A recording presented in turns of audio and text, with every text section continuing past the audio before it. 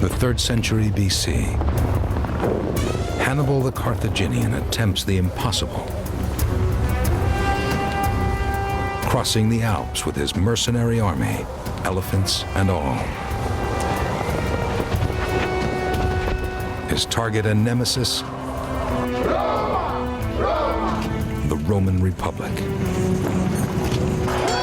Driven by honor and glory, obsessed by a sense of duty to his homeland and his father, Hannibal's deeply personal struggle will transform the Western world.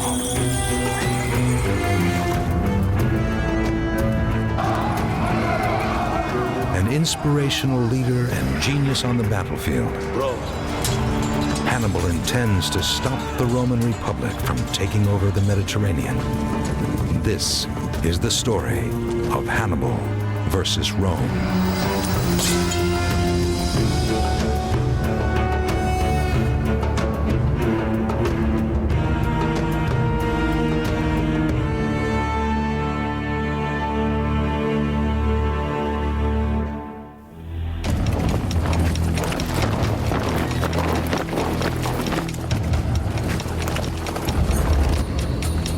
It's minutes before the battle of Hannibal's lifetime. No one has ever seen, or will ever see again, such a huge Roman army. Hannibal the Carthaginian knows they've come to drive him from the Roman Republic. The odds seem overwhelming, but he's confident. This will be Hannibal's defining moment, the culmination of his lifelong hatred of Rome. Trained to command since the age of 9, he's unlike any other general. He was a jet plane, he was a nuclear bomb, he's a radical new technology.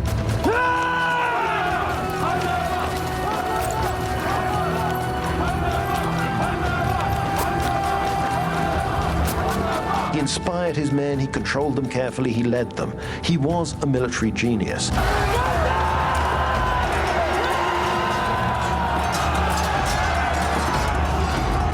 For thousands of years, generals will describe this as the perfect battle, Hannibal's masterpiece. He is massively outnumbered, but using brilliant tactics, he virtually annihilates the entire Roman army. Against any normal foe, total victory would soon be his.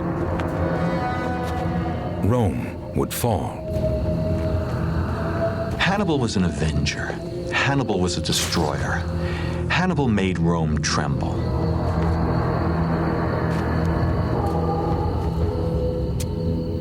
But the Romans are different.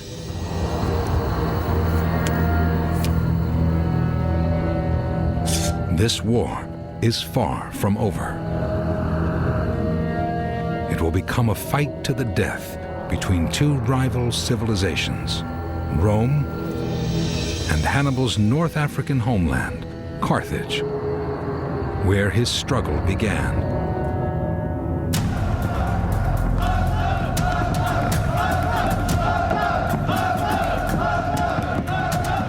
When Hannibal is 9 years old, Carthage surrenders in its first brutal war with Rome. Young Hannibal watches as a Carthage in panic crucifies its failed commanders.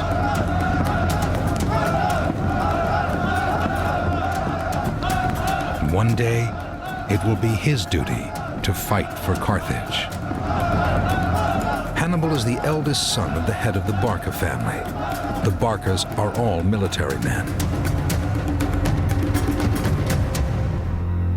The Barcas are uniquely important and uniquely uncomfortable in Carthaginian society. They are military geniuses in a society that's not a military society. They are the military in a trading and mercantile society, which puts them to some extent at odds with their leadership, but also, I think, gives them a certain allure, a certain appeal.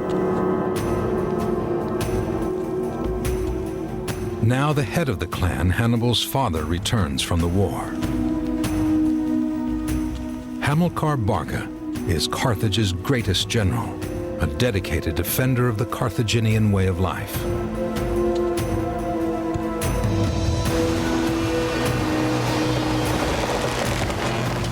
Before the first war with the Romans, Carthage had been a prosperous and ancient seafaring civilization. Thriving on trade, it dominated the Western Mediterranean. Then, Rome began its relentless military expansion.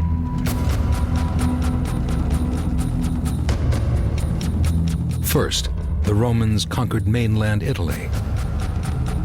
Then they crept nearer and nearer Carthage on the North African coast. 13 years before Hannibal was born, Rome invaded a Carthaginian province in Sicily. It was Hannibal's father who took the fight back to the Romans. Hamilcar watched thousands die, but never lost a battle. For over a decade, he kept the Romans at bay. Then, the merchants of Carthage surrendered. Hamilcar was astounded. Now, as far as he was concerned, the government at Carthage gave in when they hadn't really lost the war. So he's bitter because he feels betrayed at home, but also he's got that animosity against the Romans because he has spent a large chunk of his life fighting them. Better than anyone, Hamilcar knows the danger of having the hated Romans right on his doorstep. Hamilcar, unlike many in the Carthaginian Senate, understands that Rome will expand and take over the entire Mediterranean. He knows that the cost of that will be the life of Carthage, and he is determined to do what he can to stop it. Hamilcar plans to build a new army to take on Rome. His son Hannibal's war is about to begin.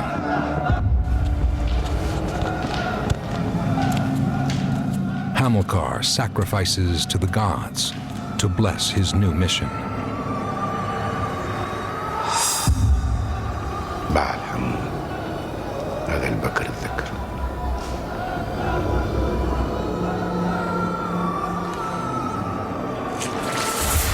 Hamilcar will leave Africa to raise his army in Spain, far from Rome's prying eyes. He will take Hannibal with him. He's growing older. Life expectancy was short. He is fighting, which is dangerous. He needs a successor. He needs to pass this mantle to his firstborn son, Hannibal.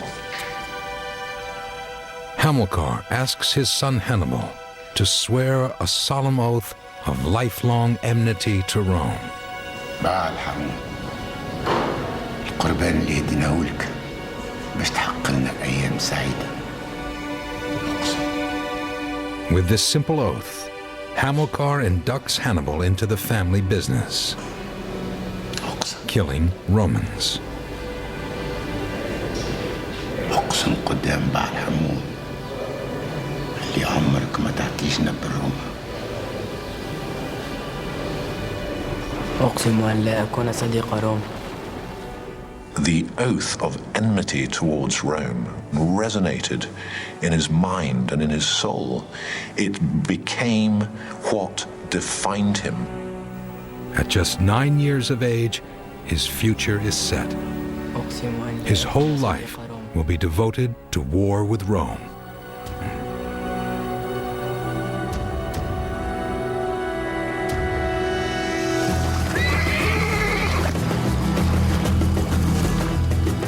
The Barcas set out for Spain with Hamilcar's African mercenaries.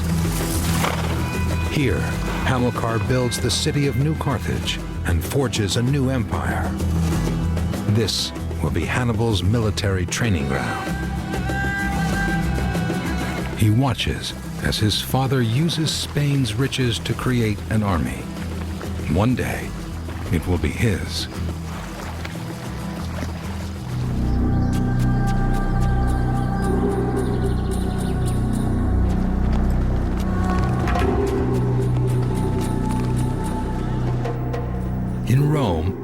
agents report the growing strength of the Barca family in Spain. Something must be done soon to rein in their activities. One powerful and ambitious Roman family will lead the fight and become the Barca clan's nemesis, the Scipios. There isn't room for two great empires in the Mediterranean. But in a certain sense, the war between Rome and Carthage boils down to a war between two families, the Barcas versus the Scipios. In Spain, the Barcas prepare for the inevitable conflict with Rome. Together, they create a fast-moving, sophisticated army years ahead of its time. The Barcas stand for intelligence in warfare. They are the opposite of brutes. The Barcas always stand for unconventional tactics, for very ambitious tactics. They are the thinking man's generals. For Hannibal, war becomes a way of life, and he learns how to use Carthage's most powerful and exotic weapon, the battle elephant.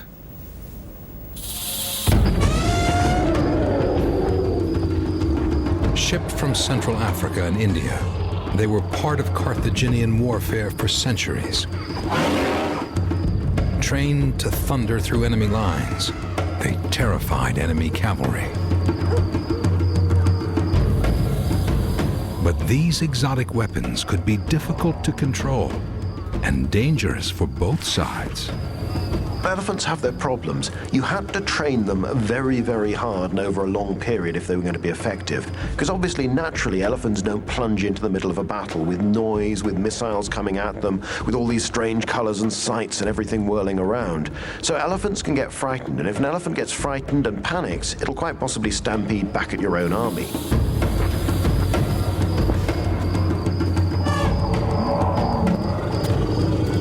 Despite the risks, for the Barcas, elephants are a weapon of terror and a proud symbol of the might of Carthage. The elephant epitomizes almost unimaginable strength, power, antiquity.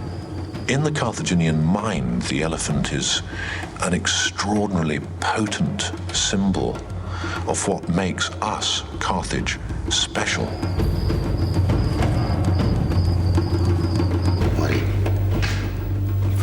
Hamilcar is grooming Hannibal to right the wrongs of the first war with Rome.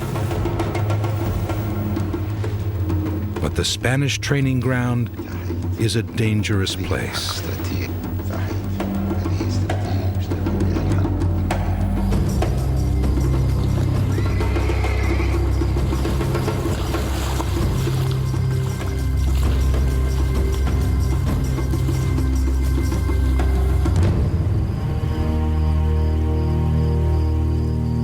Before Hamilcar Barca can lead his army into battle against Rome, he's killed in a skirmish with rebel Spaniards.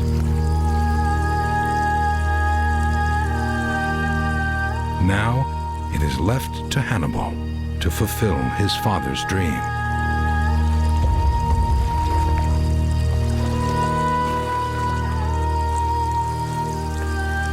The death of his father was a trauma so profound that he allows it to take him over, and he becomes obsessed with succeeding in his father's end, which is inevitably the destruction of Rome as a means to the salvation of Carthage.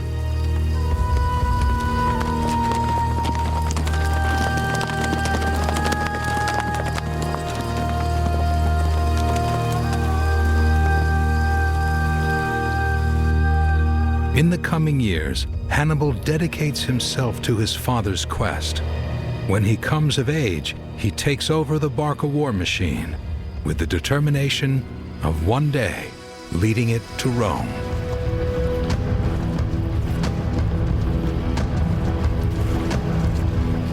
Hannibal is a natural warrior and commander. Loved by his troops, he's intent on vengeance and glory. we might imagine that he thinks of himself not only beginning a military campaign, but also a personal epic. This is not just his chance to win battles, it's his chance to win immortality, undying glory as one of the greatest generals and conquerors of all time. After years of training and fighting the rebel Spaniards, Hannibal has an army of 46,000 mercenaries ready to take on Rome. It's all very well fighting against these Spanish tribes, defeating some people with a name that no one can pronounce in a town that no one's ever heard of. Rome is the great rival, and Hannibal is going to strike at the heart of the Roman Republic and its power. This means in the first place that he's determined to fight the war in Italy. When the Romans lose a battle, it won't occur off the coast of Sicily, it will occur on their doorstep.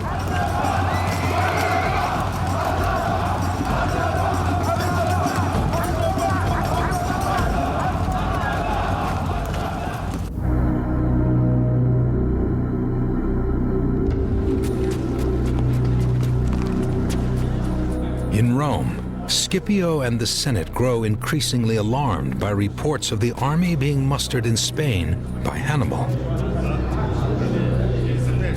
They decide to demonstrate the power of Rome by forming an alliance with a Spanish city in Hannibal's territory, the city of Saguntum. What the Romans are saying to the Carthaginians is, heads I win, tails you lose. If we want to treat the Saguntines as allies, we will. And if we don't want to, then we won't. But we're the ones who set the rules, and you have to dance to our tune. Now, if you're Hannibal, and you see this, you see that the Romans are interfering in your sphere, that the Romans are playing a head game with you. He cannot let the Romans have their way with Saguntum. Rome has provoked the wrong man at the wrong time. Hannibal orders his army to surround Saguntum. Stunned by Hannibal's nerve, the Romans send an envoy to Spain, giving him a last chance to back down. في مشكلة كيف حتليت ساكنتم تعرف اللي ثم ميثاق يربط ما بين روما وقرطاج. He probably wasn't that surprised when this Roman embassy turned up, though he may well have been annoyed by the arrogance of the Romans. Hannibal may have been trying it on. He may have wanted to see just how far can I go? How much can I show the Romans, look, we are strong now, I have a big army, I'm not afraid of you anymore, I can fight you if I want to. So don't try and push me around in Spain. Spain is not yours. Spain is dominated by Carthage, and we can do what we like here. Hannibal refuses to back down in the face of Roman intimidation. His father Hamilcar couldn't win his war with Rome, but now Hannibal is confident. His time has come. Unlike his father, he has the advantage of being ready this time. He's got an army. He's got a very powerful base in Spain, and this time he feels able to stand up to the Romans. If there was ever a time for a rematch, that time is now. Hannibal attacks the Spanish city of Saguntum.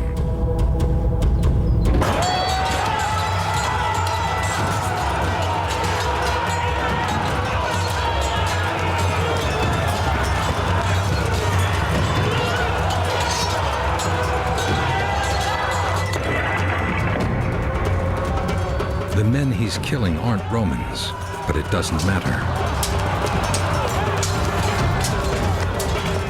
Hannibal has started his war with Rome.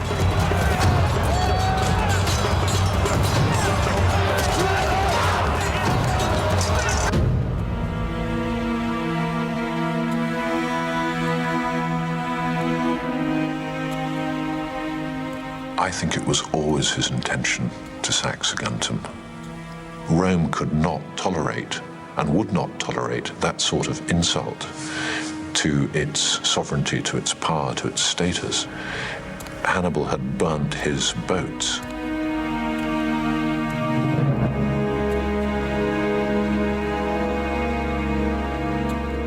Saguntum is the beginning of the war with Rome.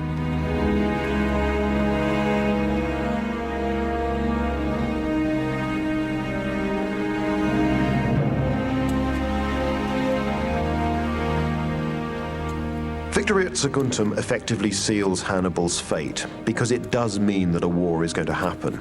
But he must have realized that this was a major enterprise that would take several years of his life and require huge effort, huge resources. The odds are that since he's been preparing for this, that he was actually quite excited about the prospect. Hannibal will attempt what his father only dreamed of: a spectacular invasion, bringing chaos and humiliation to Rome. Hannibal is a man of vision. This is his moment. The road is open, and now is the chance for him to begin the Great Crusade.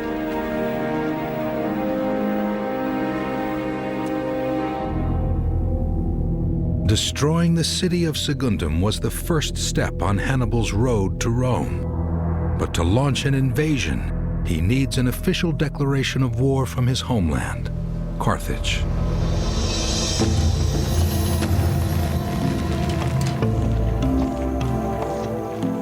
Hannibal has given his Carthaginian leaders a major dilemma by antagonizing their aggressive neighbor. Now, Carthage's ruling council waits for Rome's ambassador.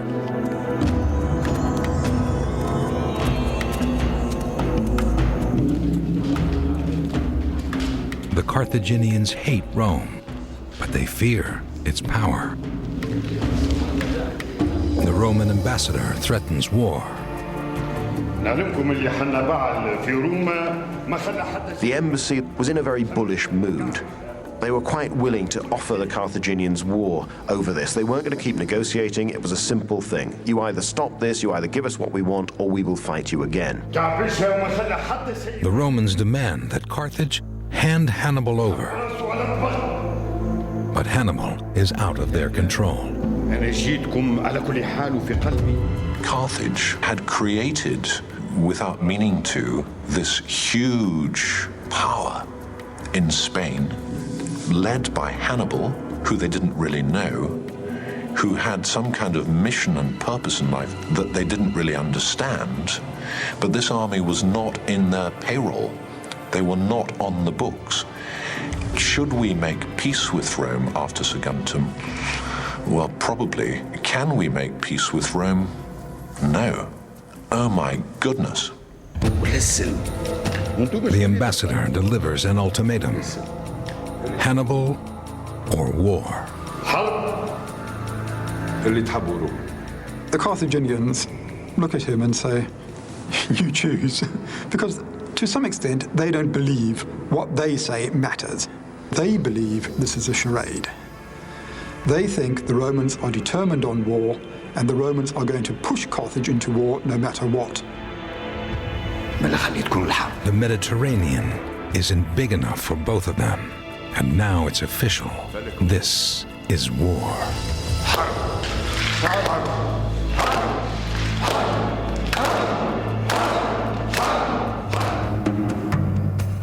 In Spain, Hannibal has built his army, 46,000 strong. Now, he finishes his plan for the invasion of the Roman Republic. And he knows the route that will bring maximum terror. Rome. His plan is to defeat Rome. How am I going to do that? Well, I've got to take them by surprise. How do I do that? Across the gate, the door that they can't possibly expect. The Alps. The Alps are the highest mountain range in Europe, but they are the back door to Italy. Crossing them with an army will be deadly. But for Hannibal, it will be worth it.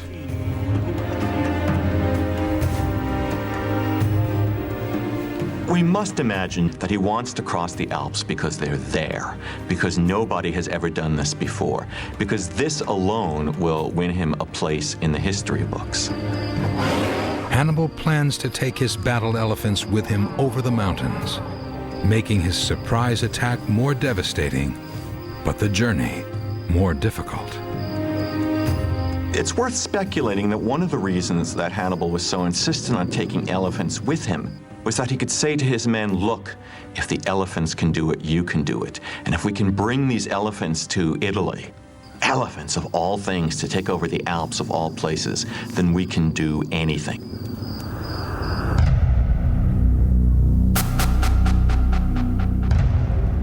Unaware of Hannibal's ambitious plan, the Romans prepare to attack him with the full might of their war machine.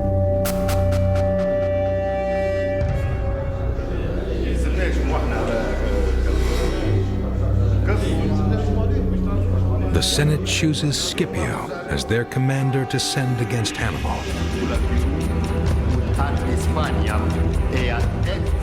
Scipio believes vanquishing the young Carthaginian upstart will be easy.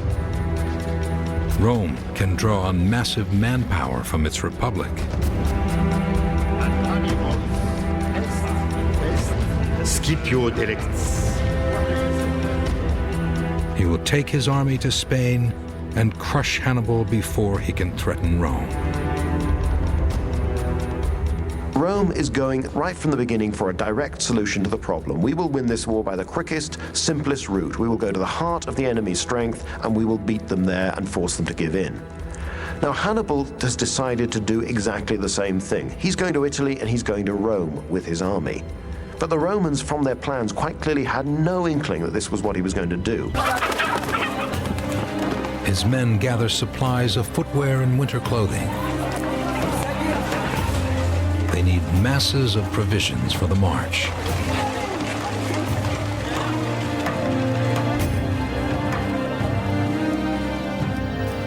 As Hannibal gets ready, his scouts report that hostile local tribes will try to block his invasion. Hannibal ignores the threat and forges ahead with his risky plan. I think if we had been able to sit down with Hannibal and said, Hannibal, it's a brilliant plan, but surely you recognize that it might not work. I think Hannibal's answer would have been, I'm a risk taker, and maybe it won't work, but maybe it will. And isn't it better to have dared and failed than never to have dared at all?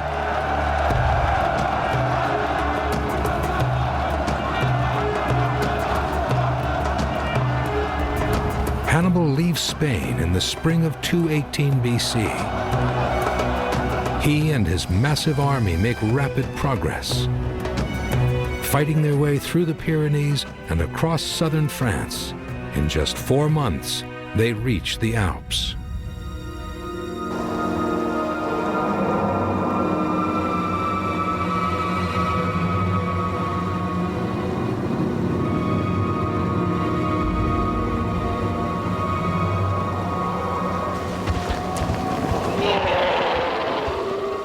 Hannibal has never seen anything like it.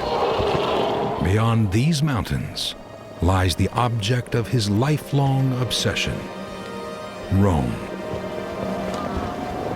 Rome had humiliated his father, had humiliated Carthage, humiliated the Barca family. This was it. Hannibal was going to show him.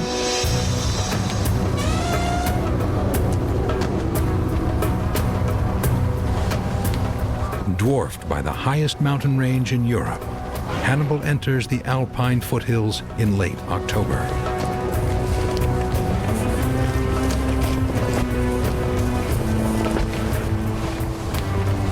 It's a dangerous time to be crossing the Alps.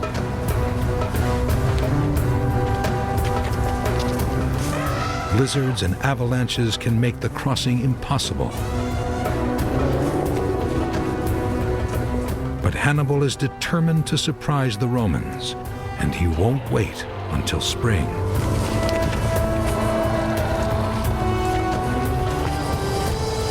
Invading Italy unexpectedly across the Alps was what Hannibal was born to do. It was his destiny. It was a master stroke. But crossing the Alps will be no easy task. Hannibal's army, his elephants, even his legendary confidence will be put to the test in one of the most difficult marches to war in history.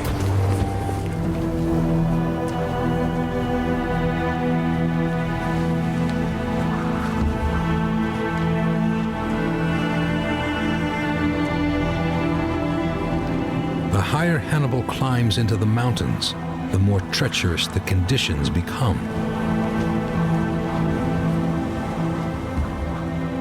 No one has ever attempted to take an army with elephants across the Alps.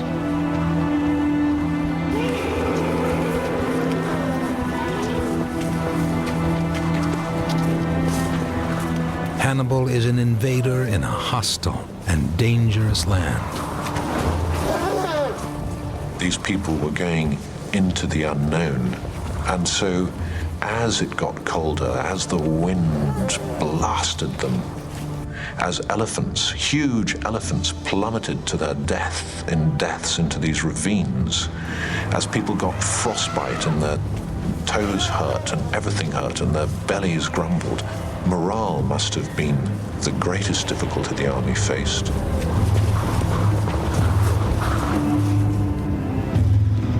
Confusion reigns over which is the best route for Hannibal to take. On many occasions, the army has to retrace its steps.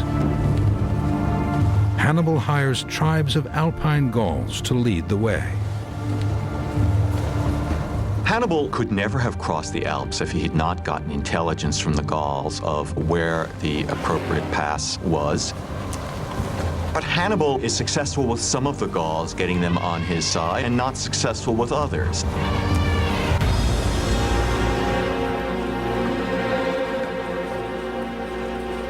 Some of the Alpine Gauls are hostile. Every invader is an enemy and an opportunity for plunder.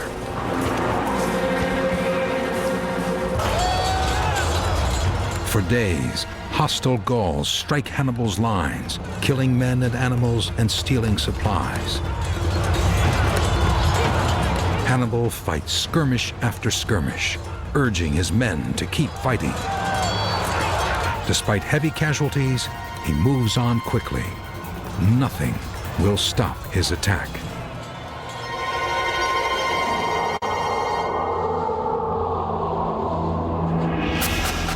In Rome, the Senate is still waiting for Scipio to reach Spain and destroy Hannibal.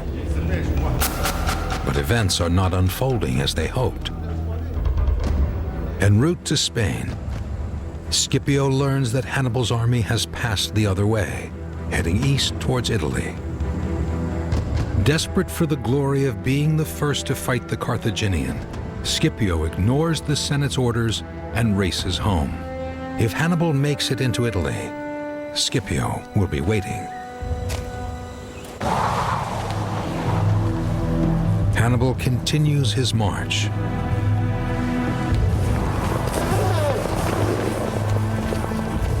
In just 9 days, Hannibal reaches the highest pass. He has marched his army up over 8,000 feet. But fighting the Gauls in the mountains has taken a terrible toll. His men are starving, exhausted, and demoralized. In the distance, Hannibal can see Italy. He tries to raise his army's spirits by reminding them of the riches and glory waiting for them in Rome. Hannibal takes his men to a place where there's actually a view. He then says, there it is. This is what we've come for. This is the promised land. We just need to go down now and take what we have earned.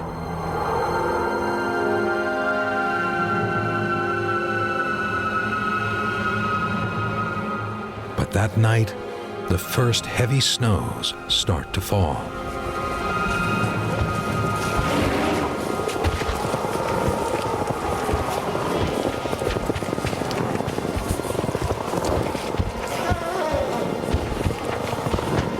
The most monumental blizzard they have known hits them. They go to sleep shivering, if they can, they're so cold. They wake up covered with snow, ice in their beards. Every breath is a pain, it's so cold. Their lungs are seared. Many of them, if not most of them, have frostbite. Hannibal has spent years creating an army to take on Rome. And now, his men are freezing to death before his eyes.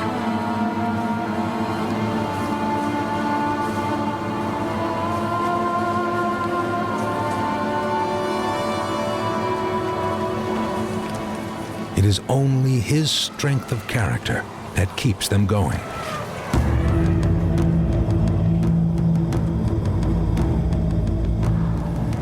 By the time he'd come this far, there was no point turning back. It was further home than it was to his objective of Italy. And it's probably the greatest trial he faces before he actually meets the Roman army in battle, is just to keep that army moving, to make sure that people don't give in.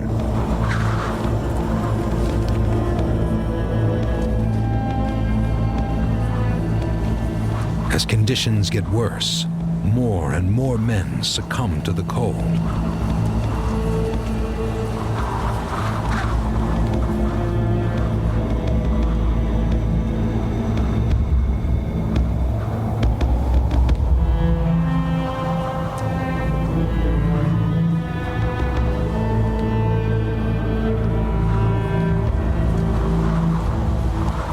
Hannibal shares his army's fears and their hardships.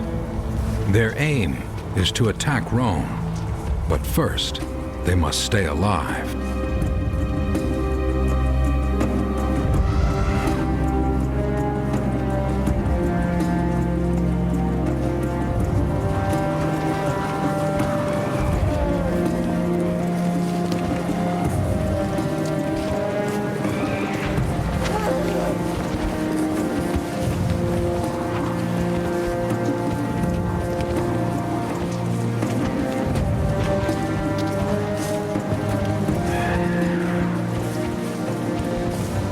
Towards the end, I think Hannibal's looking at a 24-hour time span. He'll promise his men anything, he'll tell his men anything, but just get down from the Alps with everyone you've got left.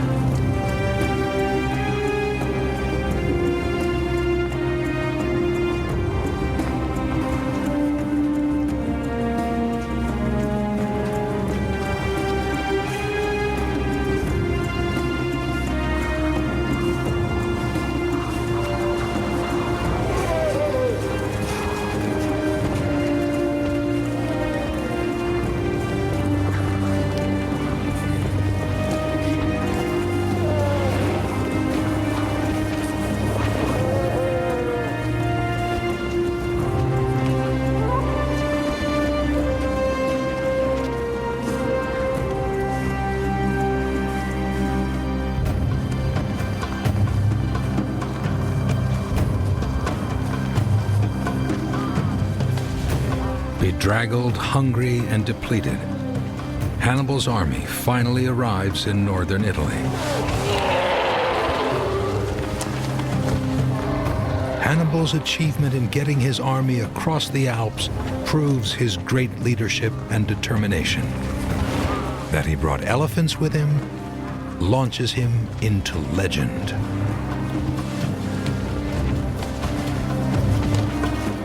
Imagine those first Roman scouts. Their eyes bulge. They see elephants. They see this strange army. And they say to their commanders who pass the message on, "Excuse me, sir, there appear to be elephants north of us." And the commander says, "Are you drunk? This is impossible."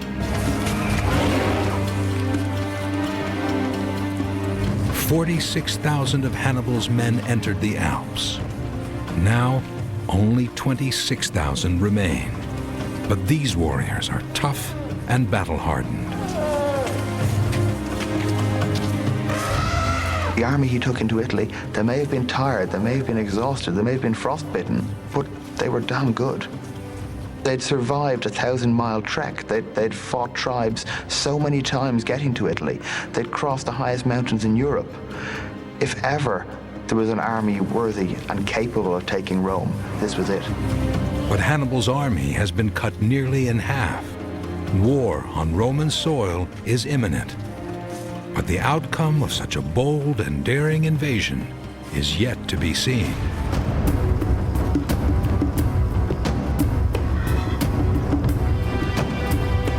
Hannibal is finally in Italy and eager to fight his first Romans. He doesn't have to wait long. Just weeks after arriving in northern Italy, Hannibal stumbles across a contingent of Roman cavalry near the river Ticinus.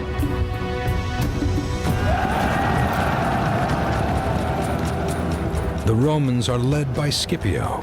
He has made it back to Italy in time to be the first to fight Hannibal.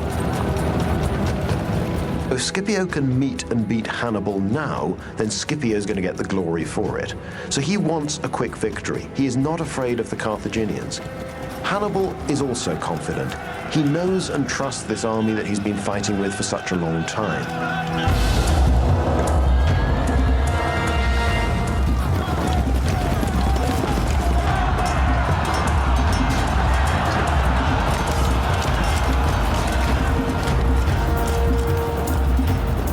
Hannibal's men are trained in mobile warfare. They run circles around the clumsy Romans. Badly wounded, Scipio doesn't win glory fighting Hannibal.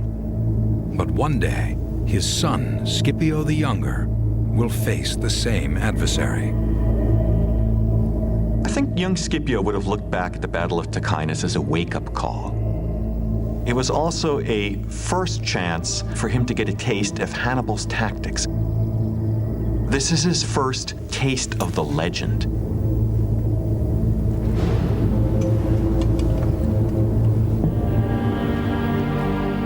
Hannibal celebrates his first victory on Roman soil with his brother Mago. Initially, he allows the psychological effect to resonate. Hannibal is here. Hannibal has crossed the Alps. And everyone fears him. Rome's reaction is one of panic. Hannibal soon learns that Rome is moving thousands of men northward to stop him.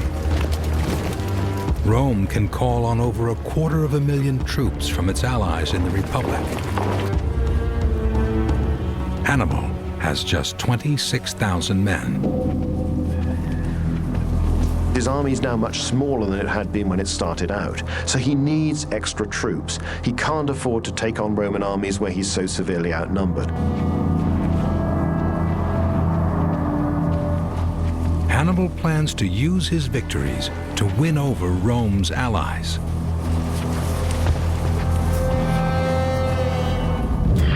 His victory over Scipio has an instant effect.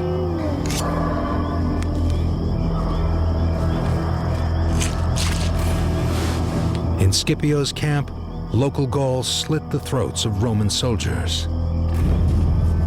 They hate Rome for conquering their homeland in northern Italy.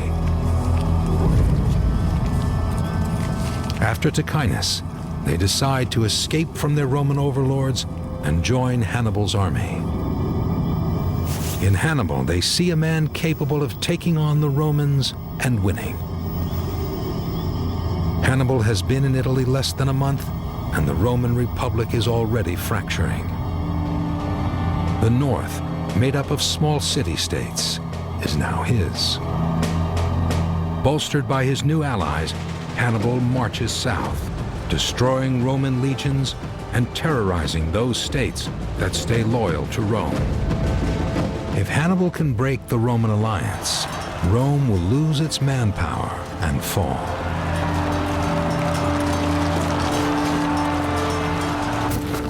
The Romans will do anything to stop him. They throw more and more troops at Hannibal. They feel so confident, they carry shackles to imprison him, should they take him alive. They have no idea what they're up against. The Carthaginians know how to float like a butterfly and sting like a bee. The Romans only know how to punch, and they keep on punching over and over and over again, thinking somehow this time they're going to strike a knockout blow. In spite of all the evidence to the contrary, they just keep on doing the wrong thing.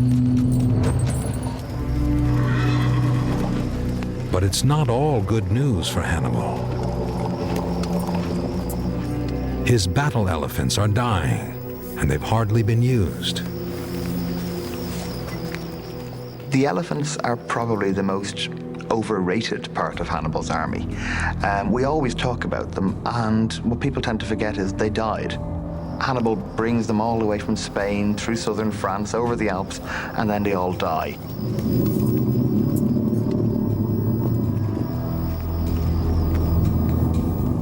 But Hannibal doesn't need elephants against the lumbering Roman legions. Hannibal outwits an entire army at Lake Trasimene in central Italy, trapping and slaughtering 30,000 Romans.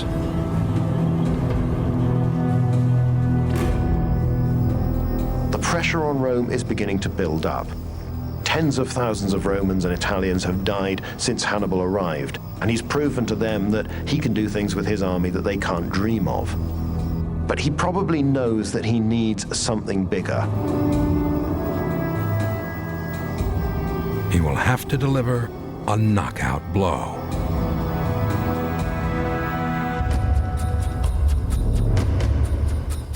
Soon, the Romans will give Hannibal the opportunity he so desperately needs. Sumus. Despite repeated defeats, the Romans pretend not to feel the pain Hannibal inflicts.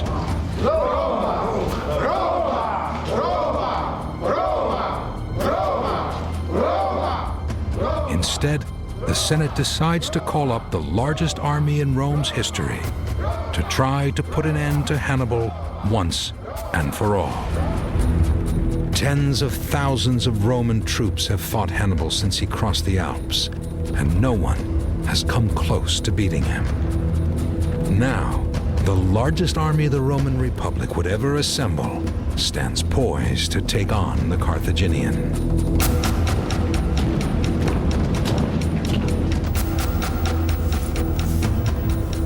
The young Scipio has already faced Hannibal's sophisticated war machine and survived. Now he prepares to face him again in what will be one of the greatest battles of all time. The Battle of Cannae.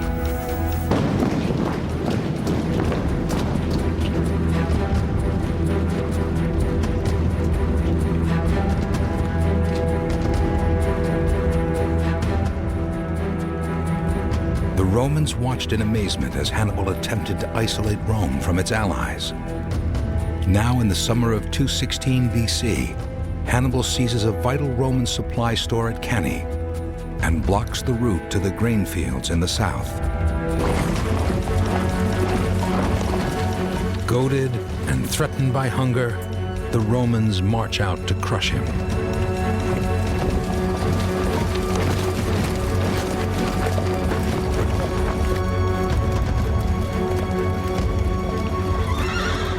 Hannibal must have known that this was it.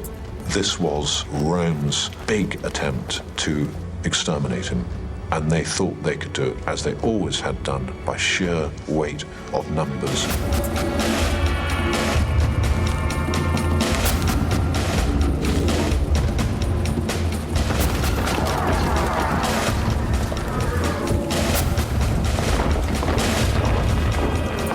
The Roman legions continue to gather at Cannae until 85,000 men face the Carthaginians.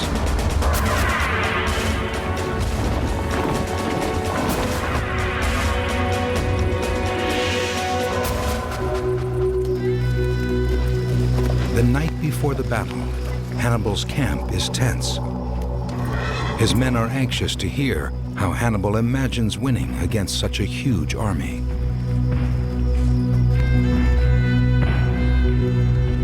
In his tent, Hannibal formulates his plan. Hannibal could feel confident on the eve of the Battle of Cannae that in spite of Roman superiority in numbers, Carthaginian tactical superiority could yet win the day. Hannibal calls his officers to his tent. Having fought and beaten enough Roman generals, he's able to guess what they'll do at Cannae. Hannibal is counting on the Romans to make a simple frontal attack, to go ahead without thinking about the danger that they have of exposing their flanks. The Romans rely on the brute force of their legions, legions that are virtually unstoppable once on the move. Hannibal will use that momentum to entice the Romans into a trap. Hannibal thought, I will allow them to push us back and push us back and push us back, and I'm going to be there, so I'm going to control this very, very measured retreat. And then we're going to keep going back, and then my wings are simply going to spread, and we've got the Roman army encircled. If the plan works, Cannae will be Hannibal's masterpiece. Hannibal thought, I'm going to win because I'm better and I'm brighter, and that is going to finish Rome. And after Cannae, they will come to me and treat for peace on my terms.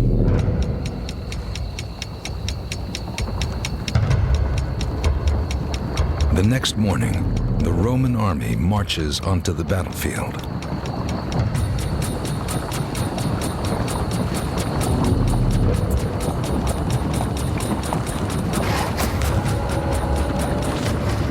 Neither Hannibal, his men, nor any of the Romans have ever seen so many soldiers in one place. The Romans form a huge, deep block, stretching back for almost a mile. Hannibal can see that this army is big and it's going to go forward and deliver a very strong attack, but it isn't going to be able to do anything very clever at all. It isn't maneuverable. It's a big, clumsy sledgehammer of a force. Among the men is Scipio the Younger, now an officer. But at Cannae, he still has much to learn. For millennia to come, generals will study the inspired positioning of Hannibal's troops. In front of the massed Roman infantry, Hannibal places his allies from Spain and Gaul. They will bear the brunt of Rome's attack. Cavalry face each other on both flanks. Elite African mercenaries are held in reserve. Hannibal puts himself in the front line with his Spaniards and Gauls. Here, he will be exposed to great personal peril.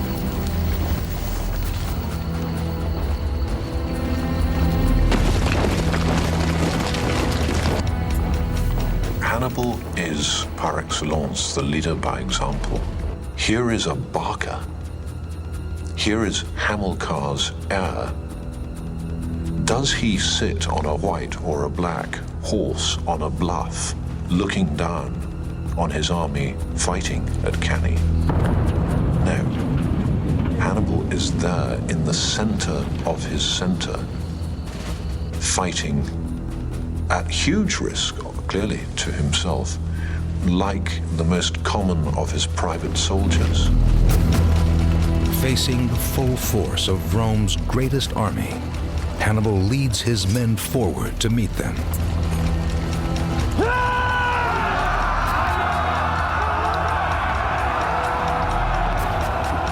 He advances the center of his infantry line to provoke the Romans, to lure them on, to make sure that that Roman infantry attack comes straight in where he wants it. That's where he is himself, and that's where Mago, his brother, is. They stick with the Gauls and Spaniards.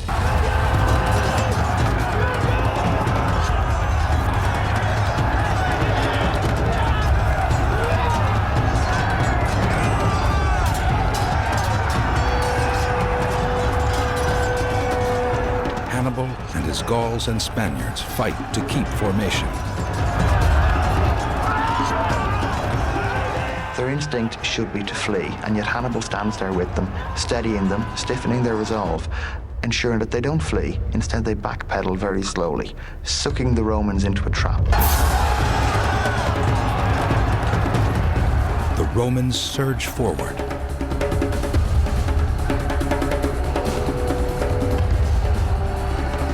far as the Romans are concerned, their plan is working perfectly. There's a chance of this massive, clumsy victory that they'd wanted, so they push on.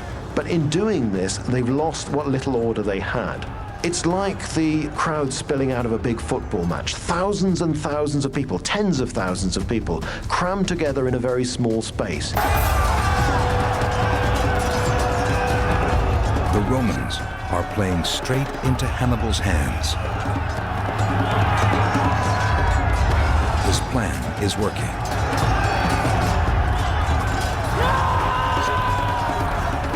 While Hannibal, the Gauls, and Spaniards keep the Roman infantry occupied, his cavalry rout the Roman horsemen and chase them from the field. Hannibal springs his trap. His deadly African mercenaries cut into the undefended Roman flanks.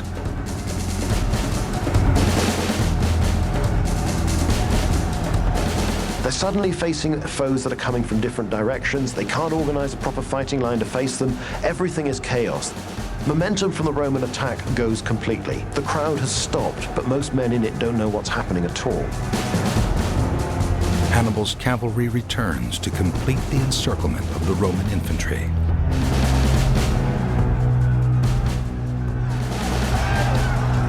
The Romans are surrounded, but the battle doesn't stop there.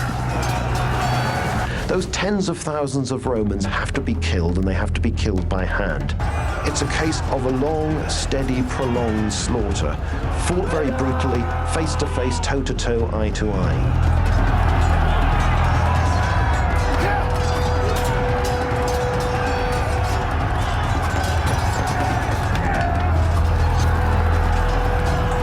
The young Scipio manages to fight his way out. But 50,000 of his comrades do not. Hannibal and his men spend the entire day annihilating the Romans in one of the greatest battles in history. But the fierce war between the two rival civilizations is far from over. Cannae is a bloodbath of epic proportions. This is Rome's worst defeat and Hannibal's greatest victory. He hasn't ambushed them. He hasn't surprised them. He hasn't used elephants or anything dirty and exotic like that against them. He has gone with a smaller army and he's simply beaten them. But he hasn't just beaten them, because he has virtually destroyed this army that was bigger than anything the Romans had ever put into the field.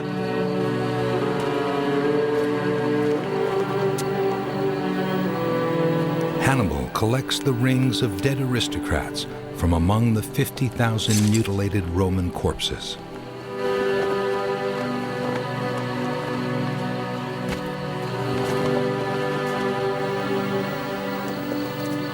He had slaughtered Romans beyond his wildest dreams, and he had won glory enough to satisfy any human for a lifetime. But he was a pro. I'd be surprised if he thought that after Cannae, that was it, that the war was over.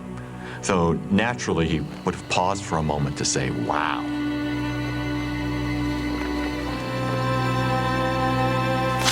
After Cannae, it seems just a matter of time before Hannibal's dream of crushing the Roman Republic and saving his homeland of Carthage will come true.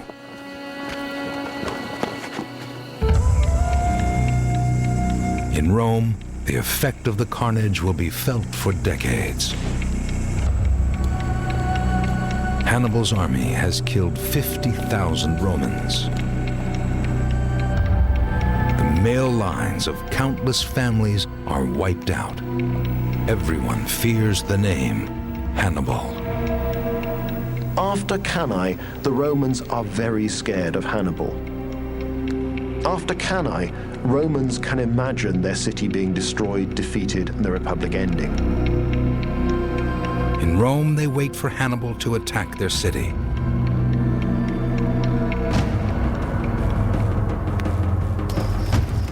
But Hannibal's army is relatively small, designed for winning quick victories on the battlefield, not for long sieges.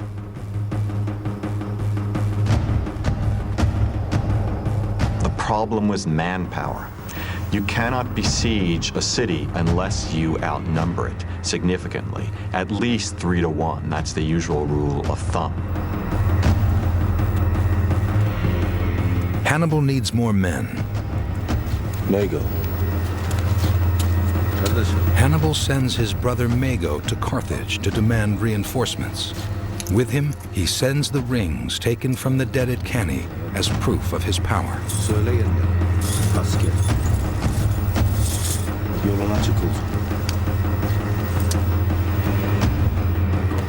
At the same time, he sends an envoy to the Roman Senate to press them to surrender and end the slaughter. But the Romans refuse to negotiate.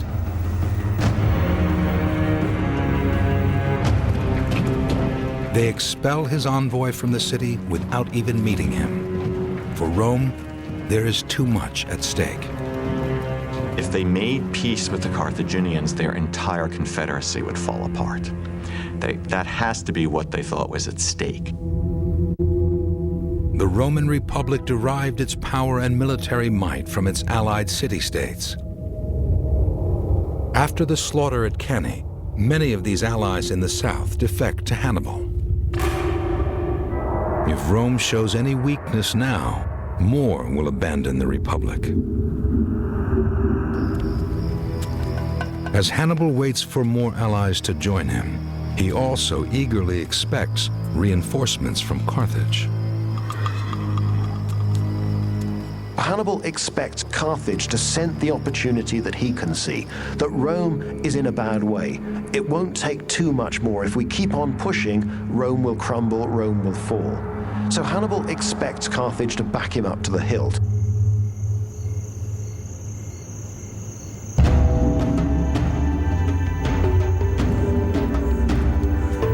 Hannibal's brother arrives in Carthage to request reinforcements.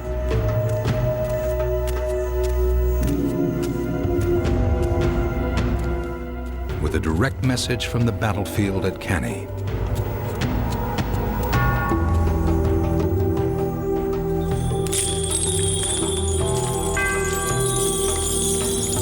The rings taken from thousands of slain Roman aristocrats.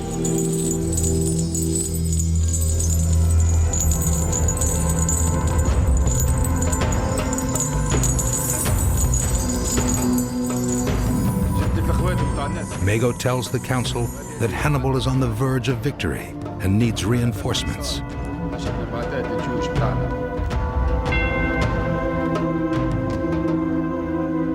But the council is afraid of what will happen to Carthage if Hannibal loses. We almost get a sense of a see no evil, hear no evil government. They're willing to give Hannibal enough rope to go out and fight Rome, but they seem to want to have plausible deniability. Gosh, we don't know anything about this war. You know, that's this crazy renegade general going out and doing that. What do we have to do with that?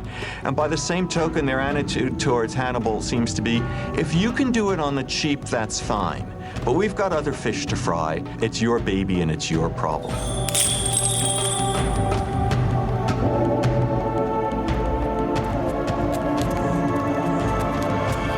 Frustrated by the council's lack of support, Mago leaves Carthage. Hannibal will continue the war with Rome alone. His army rampages through Roman towns and villages to provoke Rome to war. Hannibal wants to goad them into another battle like Cannae, but victory against the Roman Republic is far from certain.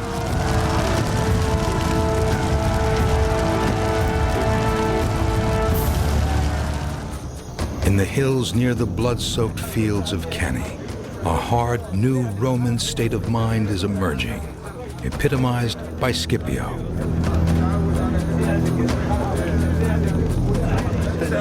Stunned survivors of Cannae believe that Hannibal is unbeatable and talk of fleeing.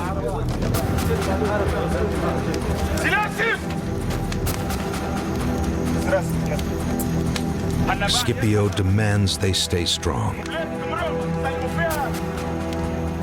Scipio convinces him to keep going. He convinces them that Rome is something to be fought for and that they should never surrender. This kind of bloody-minded, stubborn refusal to admit defeat. The Romans simply don't accept that they're beaten. This state of mind will fuel Rome's determination to survive.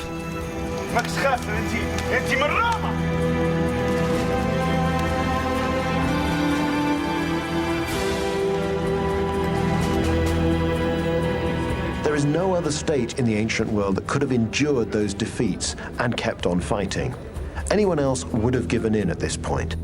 The Romans will not consider that. It is not an option as far as they're concerned. They either win or they are destroyed, and Rome, the Republic, ceases to be. The Senate tears up the Roman rulebook. Traditionally, commanders had to be in their 40s, but now Scipio, still in his 20s, is given command. After years of watching Hannibal on the battlefield, Scipio will help Rome rise from the dead. First, Rome rebuilds its armies.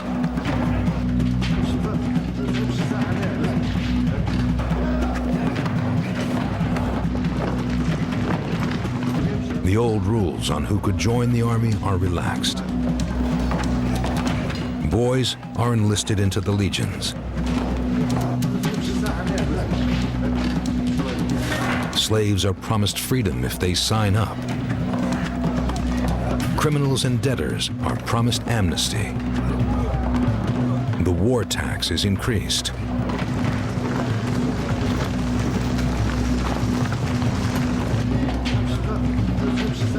It's the time when they were pushed to the very brink of extinction, and yet they stand there, they're not bowed.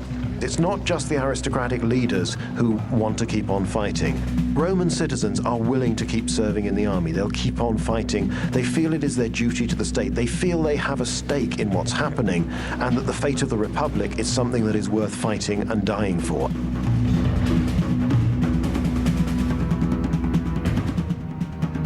Most of Rome's allies stay loyal. They flock to join the legions, preferring the stability of the Roman Republic to Hannibal. Rome offered all its peoples the rule of law. Rome protected its peoples. Hannibal, however, wasn't even offering anything that tangible. He had come to set people free. Of what? Well, he might hesitate. Tyranny, the Roman tyranny. They defeated my father. They want to crush Carthage.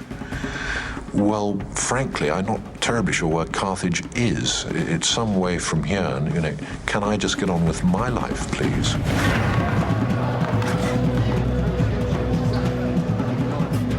As long as their allies stay loyal, Rome has the largest manpower reserves in the known world.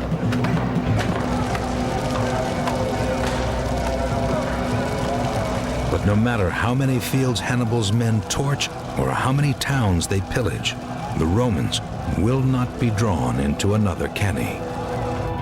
He would have liked nothing better than for the Romans to come out and fight him in another battle, to have a second Cannae. But they've learned from their mistakes. They're not going to do him that favor. And we might well imagine him frustrated by the Romans' steadfast refusal to fight.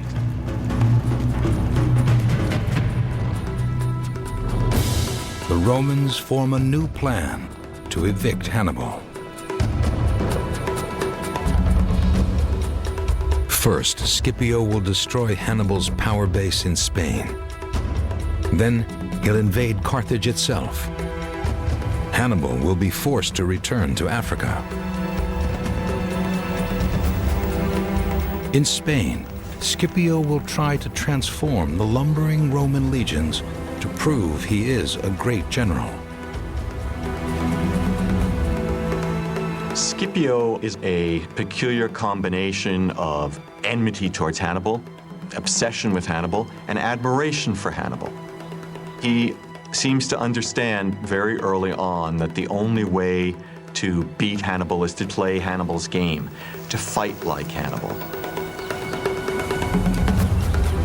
If Scipio succeeds in Spain, it will mark a giant leap forward for Rome.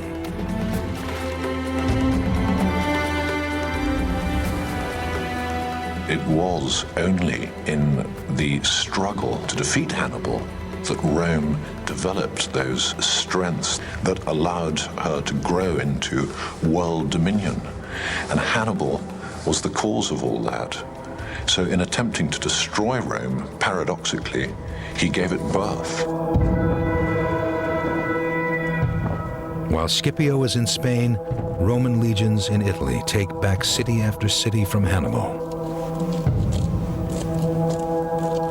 But 4 years after Cannae, Rome's scouts report a terrifying sight.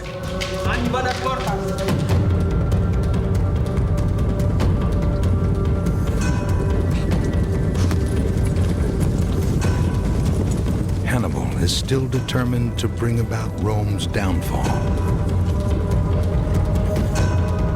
To stop the Romans from attacking his allies, he will march on the city itself.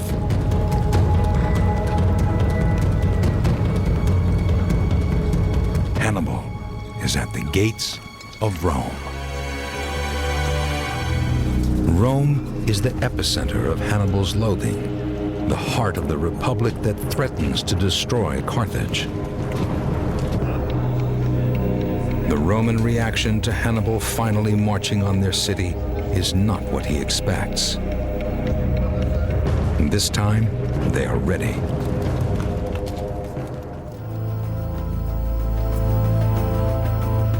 Even if Hannibal could take Rome, he can't keep it.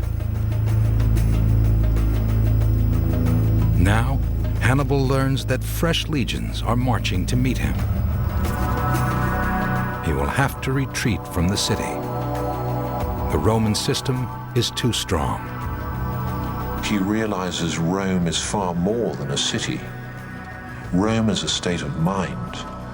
And so, in attacking Rome physically, he's wasting, he knows, his and other people's time and effort. Because even if you exterminated Rome, in a critical sense to Hannibal, Rome would continue as a state of mind.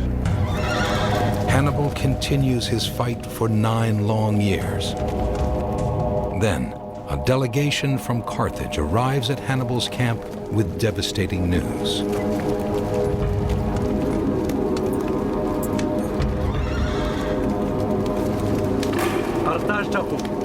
Scipio has conquered Spain and has now invaded Carthage. The delegation insists that Hannibal return home.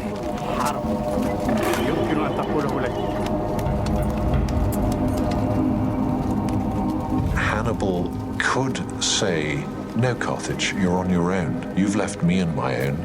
You haven't helped me. You are on your own. Sort yourselves out. I'm going to Crete. I'm going into retirement to live off the pension you don't send me." Did he know? He went back. Why? Because this game wasn't over and he had to just see it out.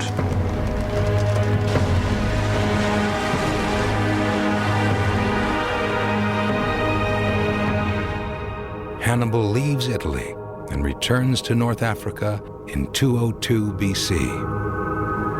For the first time since he was 9 years old, Hannibal sets foot on African soil. Carthage is still his home.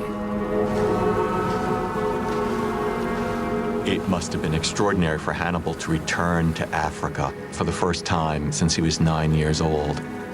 After having had another life in Spain and another life in Italy, no doubt there was something of a letdown to go back to Africa and something of a shock to go back to Africa, a land he hardly knew. But Hannibal being Hannibal, he set himself to the task at hand, to defeat the Romans in battle. Hannibal doesn't return to the city of Carthage directly. In the surrounding countryside, he sees the devastation wrought by Scipio's new Roman army. Towns and villages are in ruin.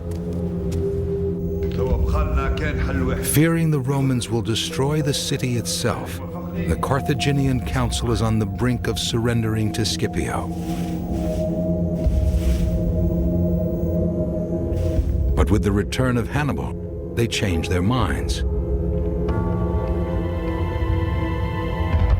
They want Hannibal to fight, but his army is vastly reduced.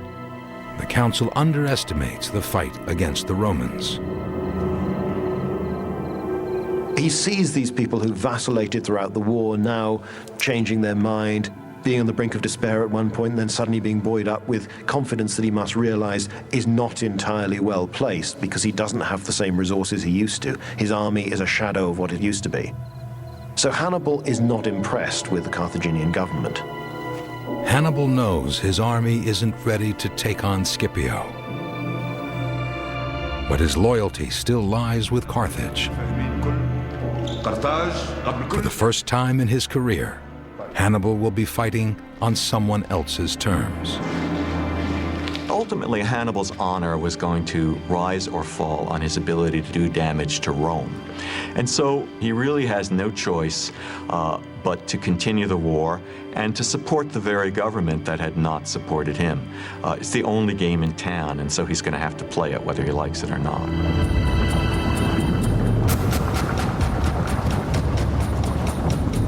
Hannibal will fight the Romans on the plains of Zama.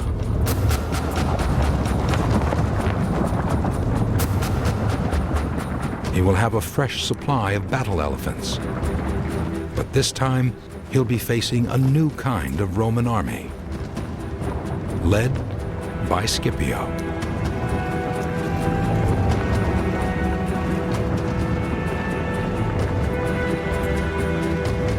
The day before the battle, the two greatest generals of their time meet. I think Hannibal is intrigued. He's interested. He cannot resist the opportunity to meet Scipio, who is both his nemesis and, in a sense, his pupil. If Scipio has learned even half of what Hannibal knows, Carthage and Hannibal's legend are in trouble. Perhaps he thought that he could gain intelligence on what Scipio was doing and what Scipio had planned. Perhaps he thought that he could psych out Scipio, frighten Scipio by doing a number on him. But the other thing that's remarkable about it is that it looks as if Scipio was playing Hannibal. Scipio is playing for time. While Scipio talks, reinforcements arrive in his camp. The idea that Scipio tricks Hannibal, of all people, tricking the trickster, that's quite remarkable.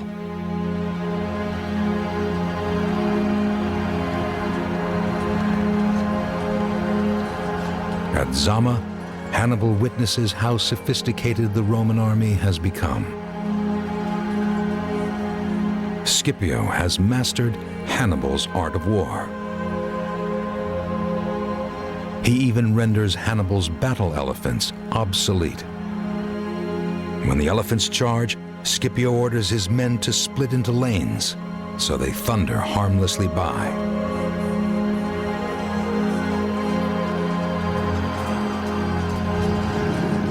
Hannibal's few remaining veterans, so deadly at Cannae, are now surrounded and slaughtered.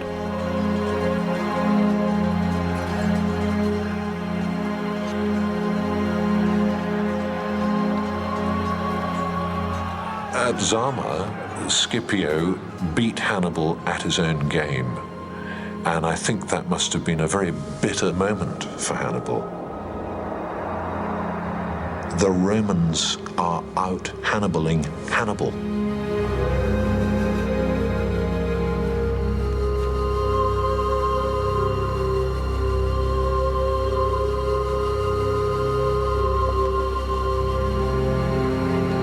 Scipio is the only man to ever defeat Hannibal. His victory earns him the title Africanus. Zama is the beginning of the end for Carthage. In time, the Romans will add North Africa to their growing empire.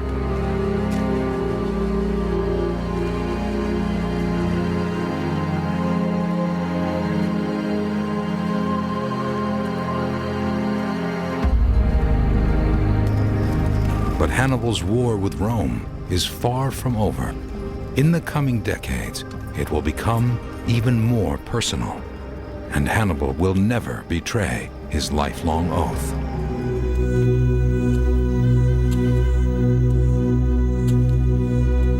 For the first time in 36 years, Hannibal returns to Carthage.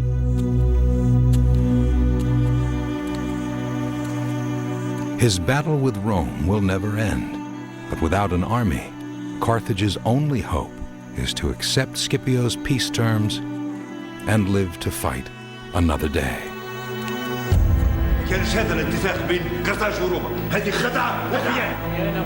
In the council chamber, Hannibal comes face to face with the politicians who made his war with Rome so difficult.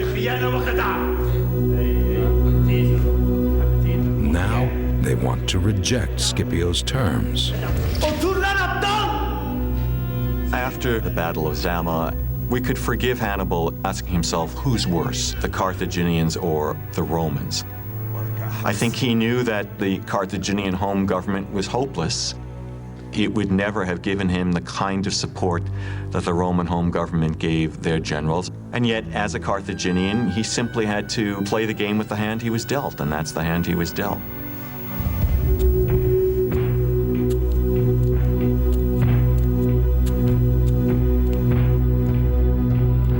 Despite his frustration with Carthage, Hannibal will continue to fight the spread of Rome. At the age of 9, he swore to fight the Romans forever.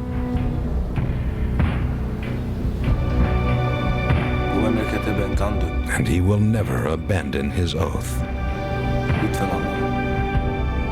I think Hannibal does care about Carthage, but he doesn't really know it very well.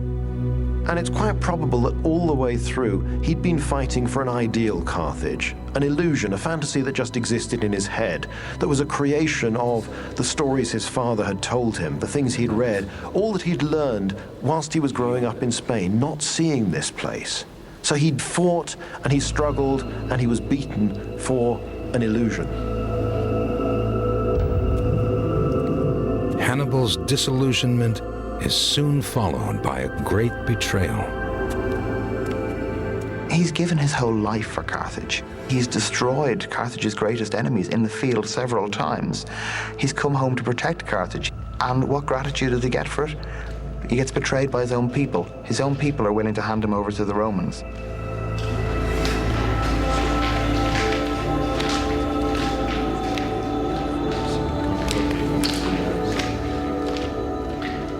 The Carthaginians are only too happy to say this was Hannibal's war. He's the bad guy. We had nothing to do with it. Hey, we didn't know anything about this war. And I think Hannibal might well have been philosophic about it and moved on.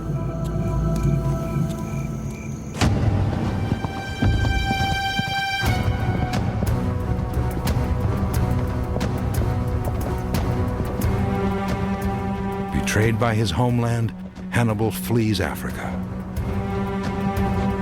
But determined to continue his fight against Rome, Hannibal travels east, selling his skills as a general to kingdoms still resisting Roman imperialism. For 13 years, he aids anyone who hates Rome.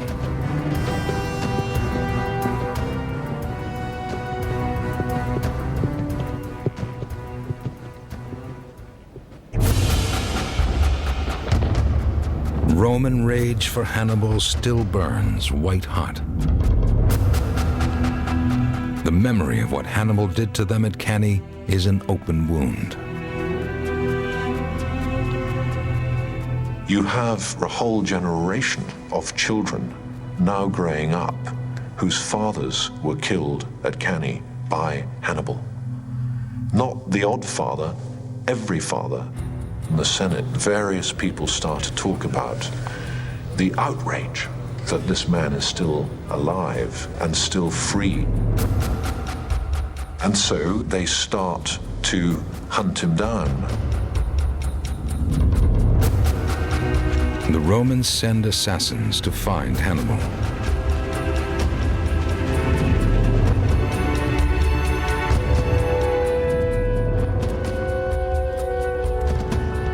He is a hunted man. He has no home anymore. Spain, the place where he'd grown up, the province that his family had created, is now a Roman province.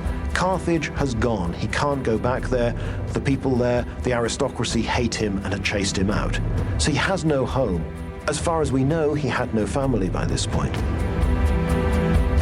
If the Romans capture Hannibal, he faces shame and humiliation. Eventually, assassins track him down in the remote Turkish town of Bithynia.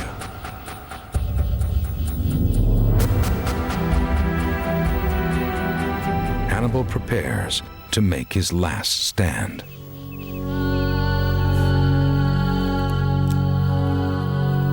He will never give Rome the satisfaction of taking him alive.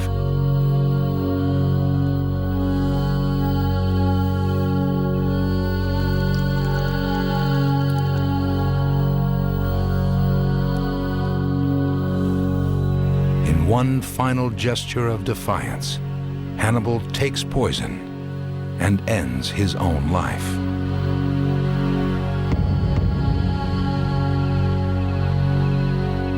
His real courage in the end is to kill himself rather than be killed by Rome.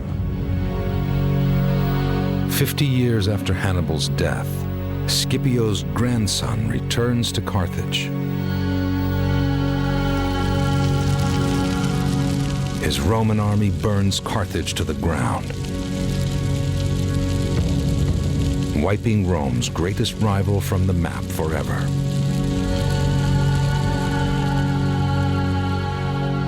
What still terrified them was the specter of Hannibal.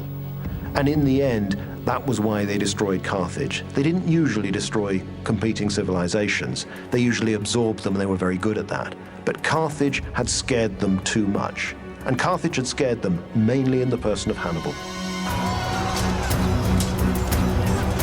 Hannibal was the man who dared to provoke Rome to war. He was the man who did the impossible and took his army and his elephants across the Alps. He was the man with an extraordinary gift for battle who proved his military genius at Cannae. He was the man who came closer than anyone to defeating the Roman Republic. But in the end, he couldn't stop it from becoming an empire. It's the sheer audacity and unthinkableness of it. It's the nearness that he came. It's the poignancy between what he wanted to do and what he achieved. It's all of that that makes Hannibal so fascinating to us.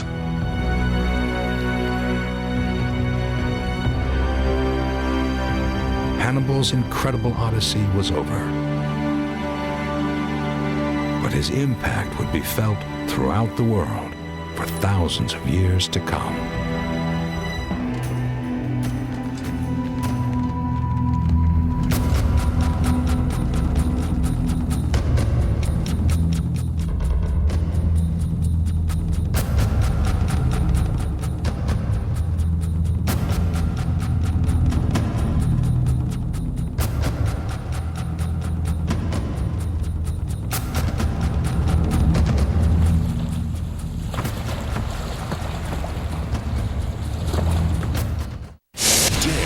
Explore the National Geographic Channel.